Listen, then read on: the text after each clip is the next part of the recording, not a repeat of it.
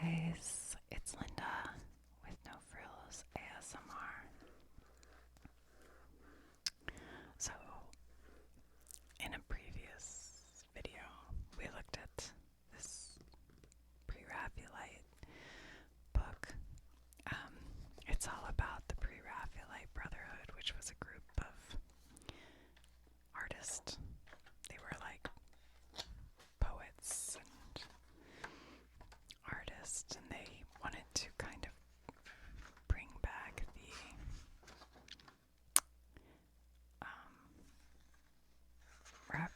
the period before Raphael. Is that right? I think. And they were really into like Guinevere and all that kind of stuff. Anyway, it's an interesting video.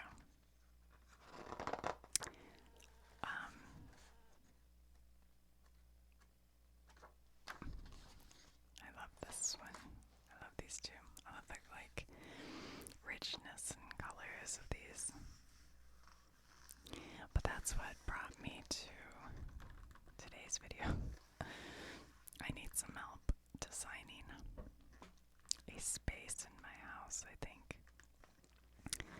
And so I was just gonna go through and look at some of the colors and the feel of some of these. Not that I want to make it like look old or anything like this, but just the jewel tones and the colors. I don't know, I feel like there might be something here, but I'm not sure.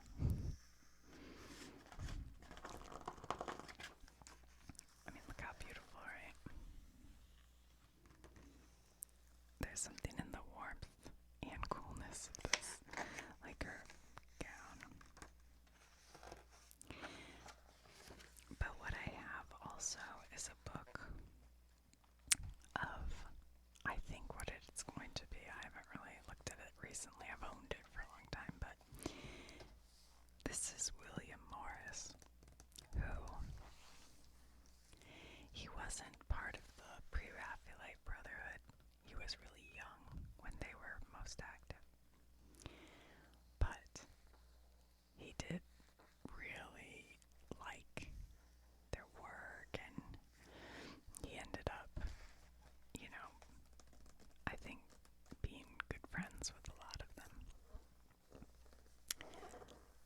And his wife too.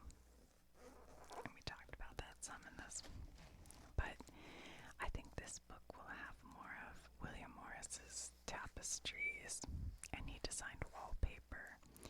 He just made a lot of really cool designs. And when I saw this book this morning, I felt like some of these colors are kind of what I am thinking of. And I'd love to do a wall that's wallpaper in the room, but wallpaper is hard to put up and very expensive. Unless they've made some newer versions of wallpaper since I've done it, which is altogether impossible because it's been a long time since I used wallpaper.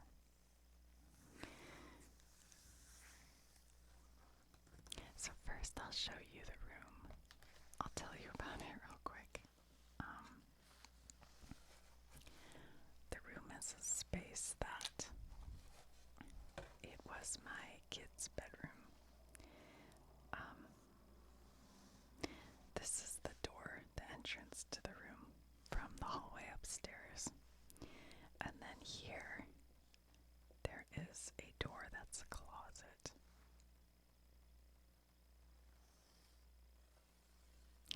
And this closet actually isn't super, it's big, but it's not huge. And it has like a little mini door that goes into the attic, which is here. And then over on the side, the attic has steps that goes into a bigger attic.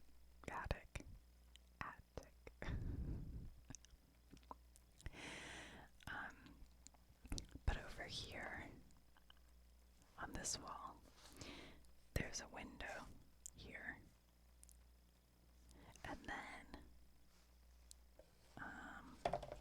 I guess this lines up a little more. Hold on. There's nice size window that lets in a lot of really good light. But the wall comes out because of the way it's sort of a Cape Cod ceiling, I think, and it sort of goes down on the side or something. I'm not sure, I can't remember. But there's a door here, and there's a second closet, so this room has two good-sized closets, which is one more than I really need in there. But this one's a little hard to use because anytime you want to go into the attic, you have to kind of clear it out to go through. So part of me is like, what's the point of that? But we do use it. I put like usually the backpacking gear, something I can pull out fairly easily. Yeah, okay. Now, there is also a window here. A nice window, so this room gets lots of good sunlight. It's a pretty room. It has wood floors. I'll show you a picture, a really embarrassing picture of it in a minute. But for so many years, this was my kids' room, and we have other bedrooms in the house, and they could have each had their own private bedroom. But for many, many years, my oldest son had a twin bed here, and the twins had bunk beds here, and they liked it that way. You know, there was never like, I would always tell them, hey, anytime we can set up another bedroom and move, because these bunk beds could come apart and be twin beds on their own. They were from IKEA. But they all just liked sharing the bedroom, and there was a table in between and a rug. And this was a little table with a lamp on it.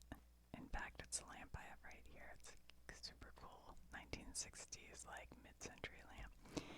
And then they had a dresser with a mirror here, and then a chest of drawers kind of thing here. I think that's right.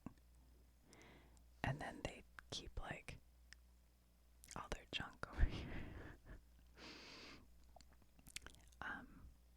So yeah, they shared that room until well into their, like, I think they were in middle school before they decided that they wanted their own room. And I think part of that was because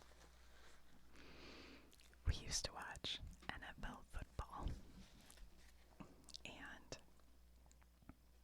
during the games or right after the game, they used to always have this commercial for some horror movie that I don't remember, but in the movie there was a little girl, and she had like wet black hair, I think. And I don't remember if her head like spun or what happened, but it was the scariest commercial, and it would come on really fast when the football game would stop. And I'd always be like, cover your eyes. Because my kids are a bunch of like, well, they were when they were little, you know, really scared of that stuff. I'm that way too, kind of. And so they were always kind of scared, I think, so they wouldn't share. Which is fine with me. Okay, so now I'm gonna show you. So this is a closet, and this is a closet, and this is a window, and this is a window. And on our little free website in our local community, I gave away all the twin beds, the bunk beds and everything. They were still in pretty good shape and everything, so I gave them away on the website because I'm like, I don't need all these beds. And somebody gave away a like new queen mattress that they kept in their guest bedroom, and it hardly got used. But it came with a headboard and footboard, and they were like, take it all or don't take it because we want it out. So I was like, okay, I'll take it all. And I set it up in this room, but I think it's so ugly. And I do like the mattress. I'm happy with that part. It's really comfy, but the head and footboard to me is like hideous. It's like this giant, piece of dark wood. Ugh, it's so ugly. And then down here it has wood too, and what I don't like about that is when you walk by you hit your shin on it. So I'm gonna show you a very embarrassing picture. These are pillows that, and right now I have a chair over here that would normally be in my living room, but I don't have room for it anymore. But I couldn't get rid of it because it's like a mid-century chair and I love it. So it's sitting there. There's the table that used to be in the middle of the boys. It's over here. There is the dresser with the mirror here still. And then the chest of drawers is here.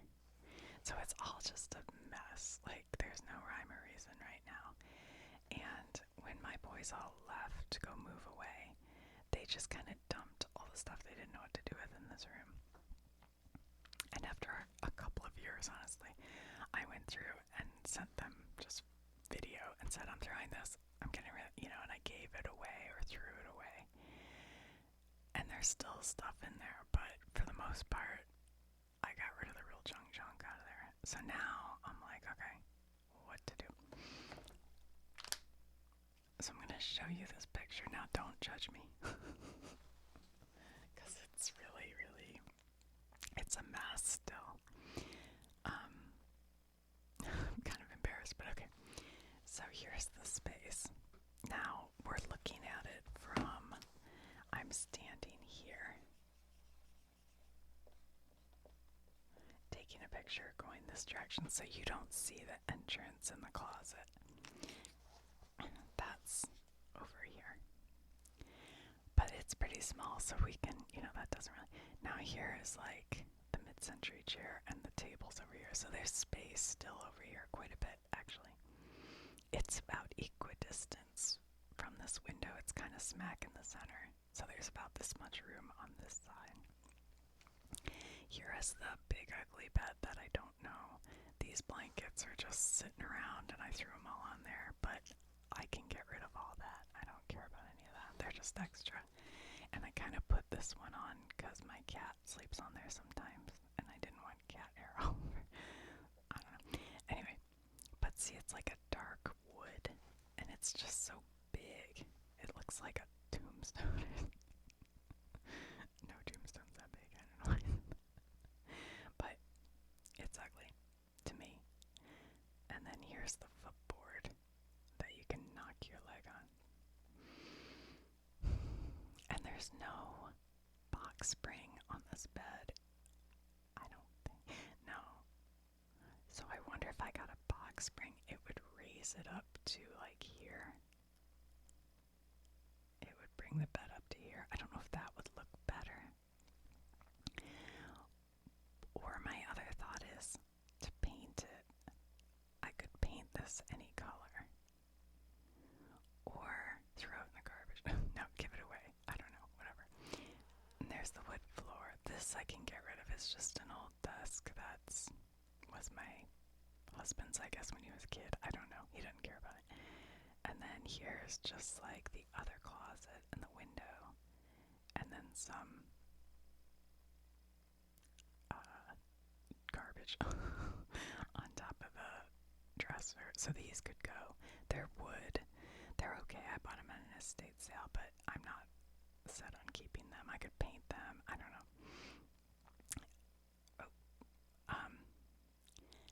And here is an old light that I bought at an estate sale. It's so cute. It has anchors and boats from when the boys were little, but I guess I have changed that out probably.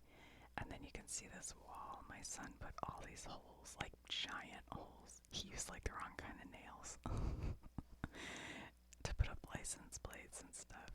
So I have to fix that, but that's no big deal. I can fix that in no time. Anyway, but what I do like is the shape of the ceiling. Dang, I keep doing that. Like, gives it some interest, the way the light picks it up. So I do feel like I could use that. I like the 6-panel wood doors. I think they're nice. The wood floor is nice. So it's kind of a good, if you take everything out of it.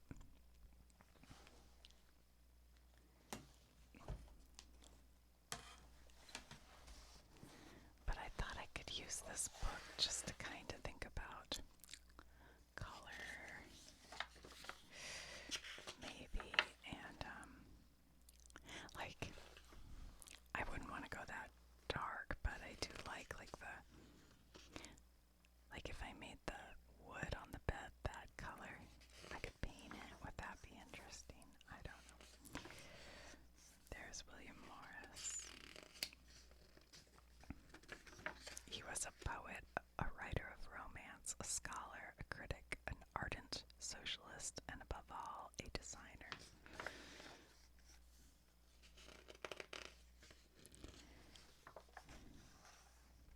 See, these are some of the designs that you can still buy. William Morris. Wallpaper, I think. Okay. This is interesting. They show his sketch, and then he's painted this. But I think I'm really, really, really liking a dusty rose kind of color.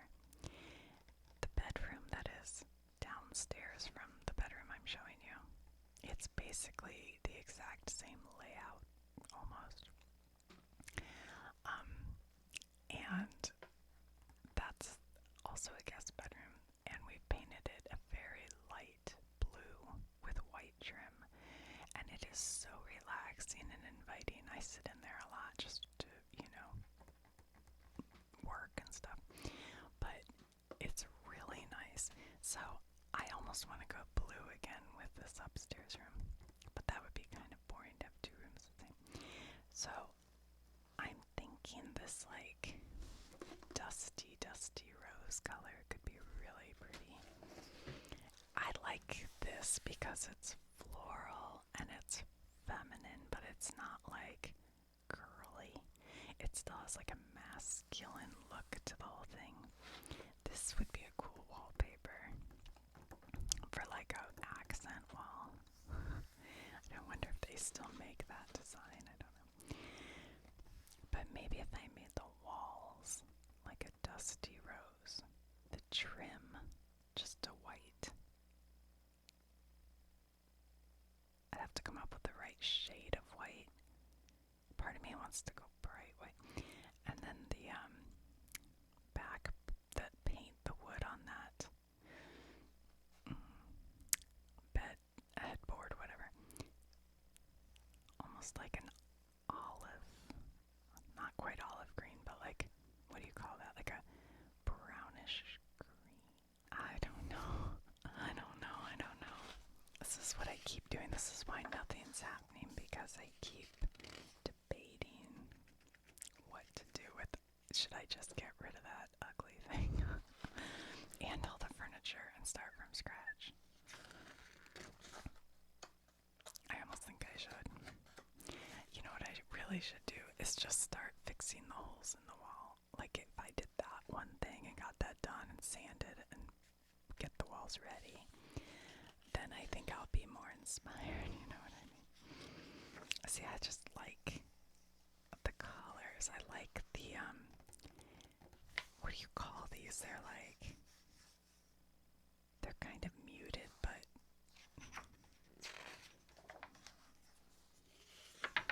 I don't know.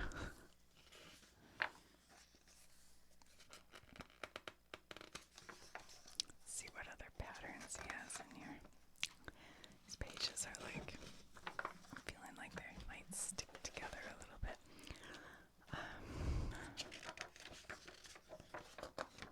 Oh my, look at that.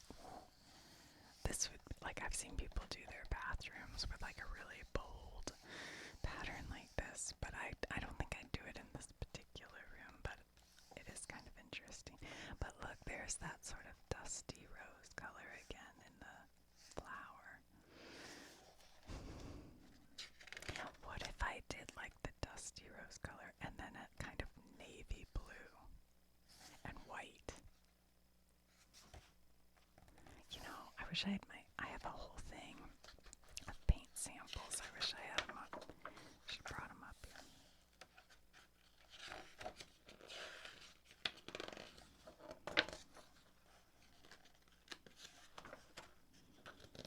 There's Guinevere, a drawing and watercolor by William Morris. See, look, even on her gown, it's like this beautiful tapestry. He really did tapestry things so well. I mean, in fact, in this painting, you can even see, like, her hands are not super well done. Like, that was not his specialty or his interest, but the tapestry is beautiful. And this is when he was a student, I know. Just what he did.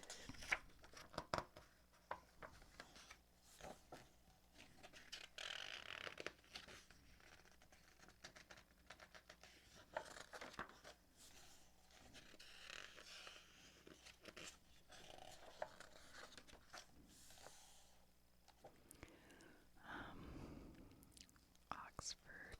This is Oxford. Are these all books? Oh my gosh, I bet that's so cool.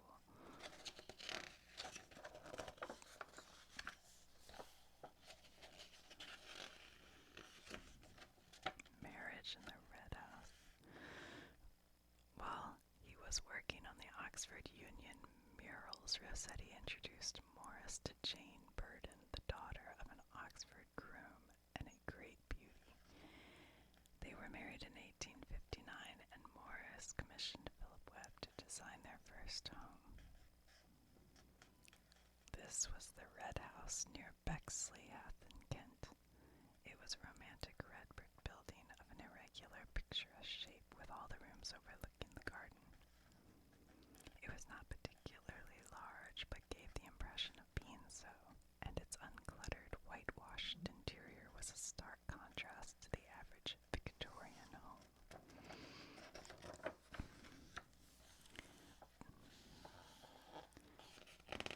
Rossetti would paint Jane Morris a lot. She felt he kind of became too infatuated with her, I think.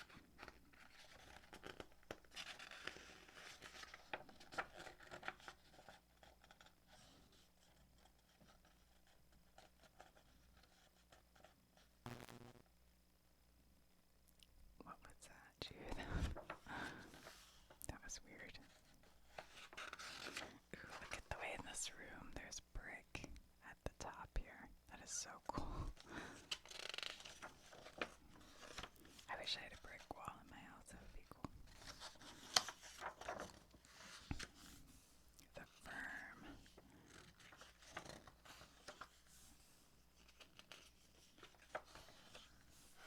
Show us some more pictures of tapestries.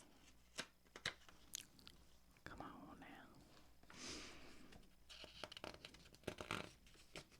I feel like I'm getting 2 pages every time. They're thick, like thick.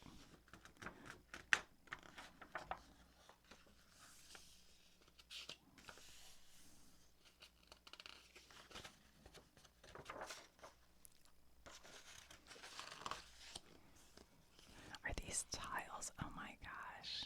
Look at this. These are each little tiles that he designed, and then these are bigger tiles he painted. Wow. The Sleeping Beauty. A set of 9 tiles designed by Edward Burne-Jones for Morris, Marshall, and Faulkner and Company. Hand-painted tiles were an important and popular branch of the firm's activities. Wow, wow, wow. I bet you a lot of people have these, not a lot, but people probably have these in their homes in England and just were like, that's ugly, I'll cover it up. Not knowing what they had. I mean, that's so cool. I love it. I love their each little tile. And then these. Oh, what does this say? Of a certain prince who delivered a king's daughter from a sleep of 100 years, wherein she and all hers had been cast by enchantment. And there he is. Let's see. Here's the baby. And then here they are. It looks like the prince is like saying goodbye comes, I don't know the story, I don't remember the Wicked Witch, maybe, I don't know. And they put them all to sleep. And there she's asleep with thorns, like all growing up around her. And here comes the prince. And then he kisses her, and she wakes up. And I guess her whole family wakes up. And then they get married. I wonder, do you age while you're asleep? Do you stay the same age? Geoffrey Chaucer tile. Here is George and Dragon cabinet designed by Philip Webb and painted by William Morris, 1861.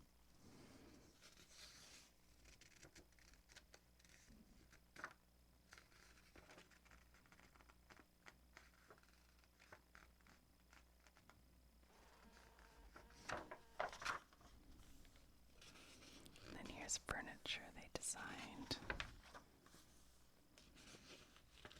Here's some more wallpapers. Trellis, the first wallpaper designed by Morris. Oh, that's interesting. Look, it's a trellis and it has birds and then flowers growing through it. That's so nice. Fruit and pomegranate. Another very early wallpaper. How do I design my own wallpaper? Daisy, the first wallpaper produced by the firm. That's really cute. I love it. Typically of Morris's designs, the pattern takes on a new look when reproduced in different colorways. Design for Jasmine wallpaper, which was first produced in 1872.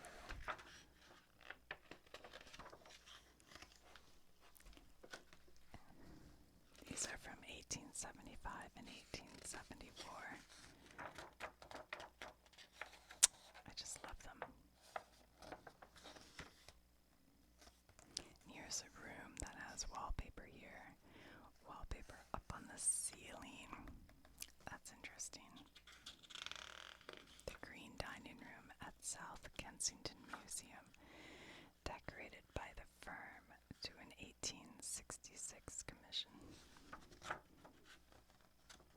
Here's William Morris's bed at Kelmscott Manor with its embroidered hangings. Look, these are all embroidered, and then it says something up here. That's wild. The paneled room at Kelmscott Manor, Morris's country home from 1871. Oh yes, your country home. Oh yeah, here's this country home, just a little cottage. Must be nice.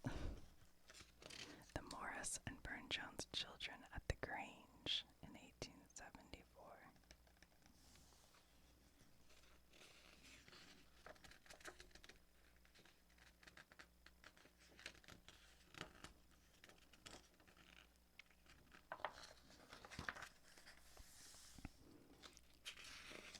Here's a tapestry.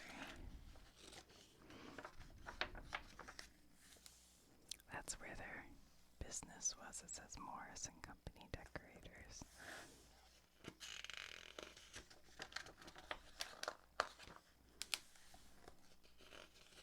The dining room at Kelmscott. Wow. Too bad it's not in color. Okay, pages from the Merton Abbey dye book. Oh, yeah, see, look at those colors. That's like the dusty rose.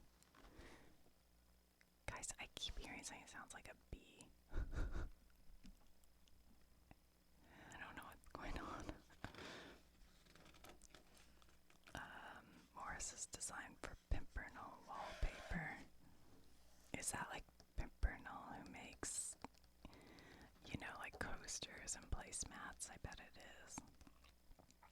Pimpernel was the first of Morris's wallpapers to feature the turnover device. I guess that means it can go in either direction, eh? Yeah, I think this one you could have facing either direction, probably both of these. That's a good idea for hanging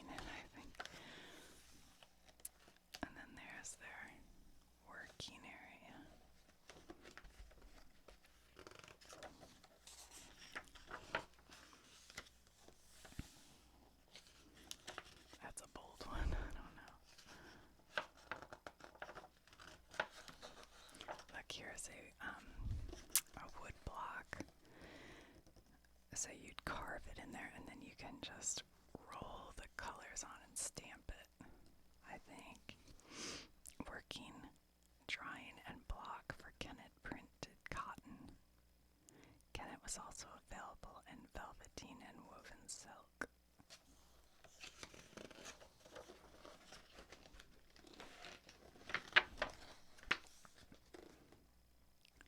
In the African marigold chintz, 1876, Morris used the vertical turnover structure. Yeah, so it can go either direction. The turnover pattern again in Brother Rabbit chintz. The Wandle chintz, 1884.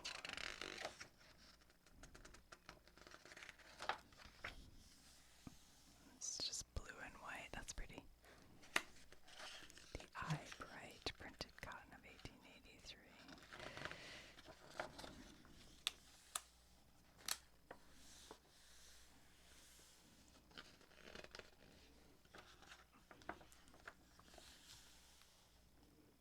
I don't know, I'm not seeing anything that's like jumping out at me. St. James woven silk damask, 1881. Granada woven silk velvet brocaded with gilt thread.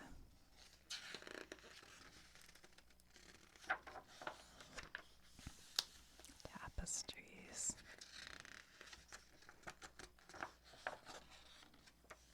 Oh, look how cute. This is all the beasts. Like there's a raven and a fox and a lion and a hare and a peacock. The beast that be in woodland waste. Come, I think, sir, and see, nor ride nor haste. I love it. I want that. The forest tapestry designed by Morris in 1887 with animals by Philip Webb. That's nice that, like, he's really good at this part in the tapestry, and Philip Webb's like an artist who can do the animals, so they work together.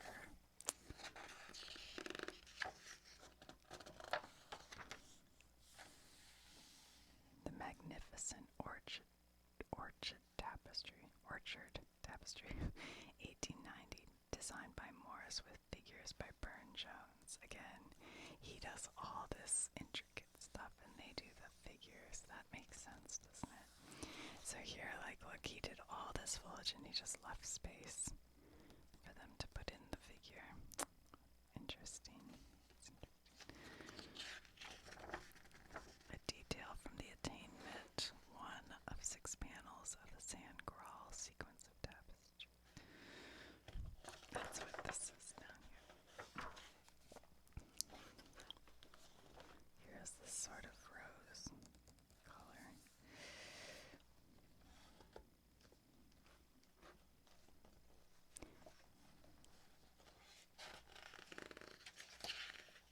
A bed cover designed by William Morris. Ooh, I like it. So fancy. Can you imagine having that on your bed? Let me show it to you up close, if we can get the glare off it. I don't know if you can see it, but it's like oak leaves almost, and it's like this emerald color.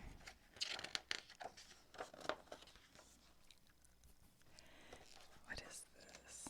There's like a, I thought that was a goldfish at first. It's a bird. It's birds. The Batier hanging, designed by May Morris in 1900, was worked in silks on canvas by members of the Batier family. That must be like their family crest.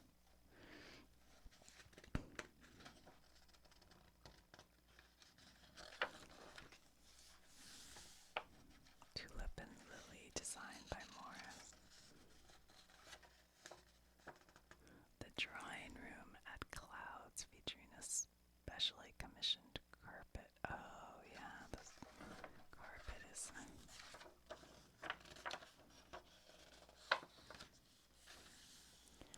watercolor design for red car carpet. A Hammersmith wool on cotton warp rug.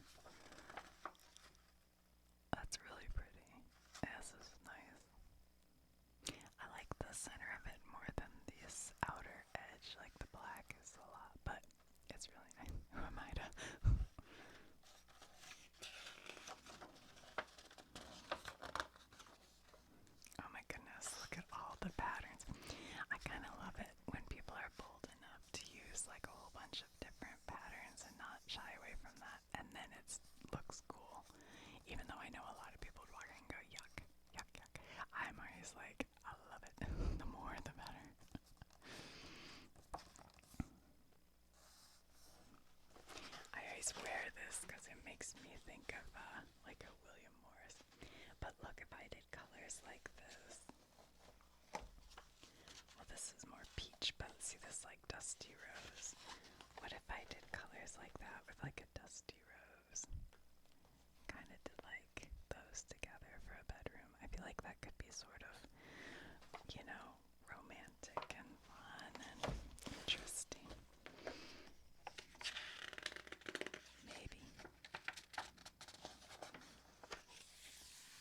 The Kelmscott Press.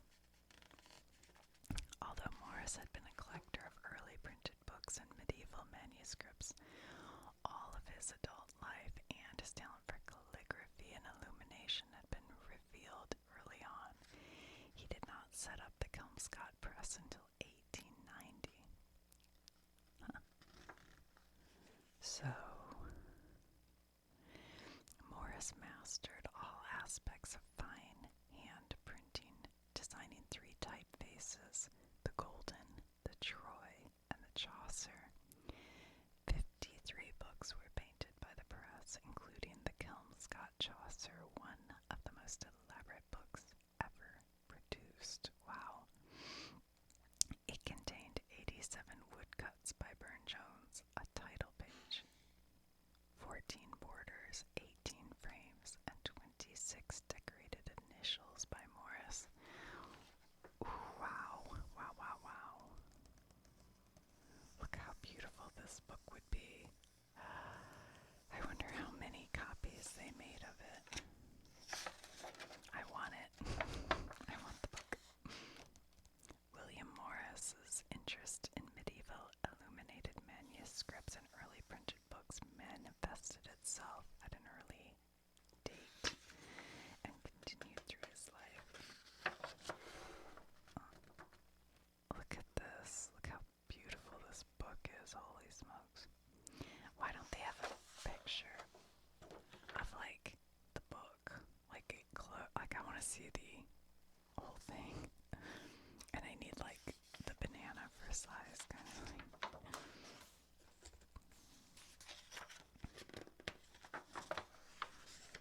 Wow. This is all hand printed. It's a work of art. The Golden Legend of Master William Caxton Newlydone. And then here's the Troy type, and they show all the different letters. And look, it has like little drawings that go with it. So this is Morris's own typeface. Oh my god. Is there a chance I can find this to use like on a computer? Below the title page from the Kelmscott Chaucer 1896 with the opening lines of the prologue to the Canterbury Tales. Wow. The works of Geoffrey Chaucer, now newly imprinted. Oh, here's the book. What does it say? The History of the Woolsungs, and there's a glare. They couldn't have taken this picture without a glare. Me belongs. What does it say? The story. Oh, the story, yeah. Of the Volsungs and Nibelungs. I mean, look at this. Wow, wow, wow.